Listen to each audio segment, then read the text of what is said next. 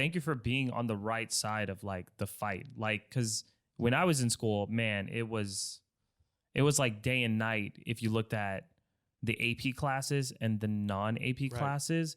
And it wasn't because one side was more intelligent or anything like that. It was really just a matter of labeling and in some situations a lack of resources. And that was the only gap. And those are not real gaps. Right. And I really appreciate you saying this. And I think we have the responsibility to change the narrative. That's why, like, I am just simply against anything that says high achieving, low income. What do you mean by that? Yeah.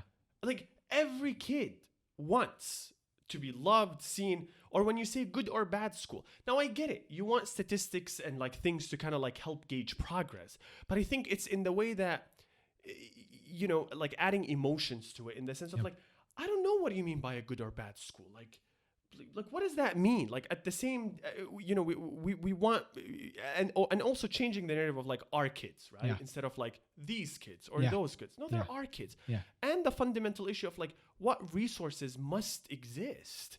And you know, some people tell me, well, Adib, isn't this the parents' problems? Yeah. Why do schools have to deal with this? I'm like, listen, I've got kids here. You know, like we have a responsibility towards our children. Yeah. Parents, not parents. I am not here to argue with you. What is your moral code of what a family or what? All I know is I have kids in front of me right now. And I know that they are our future. I mean, when you think about Houston and Steven Kleinberg's research, there's a great opportunity here. In 2050, the U.S. is going to look like what Houston is.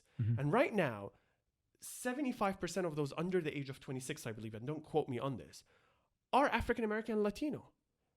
And I think less than 10 or 7% have post-secondary, like they're an unempowered majority in a way when it comes to and it's like, this is a big problem. Yeah.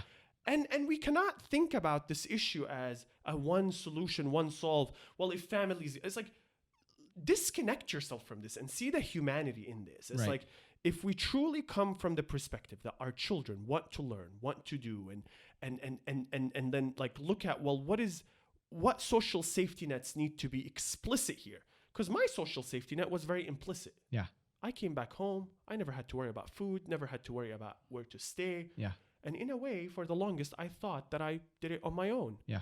Not realizing that I did nothing on my own. Yeah. There were so many. I was really standing on the shoulders of many people. Yeah. Right. So yeah.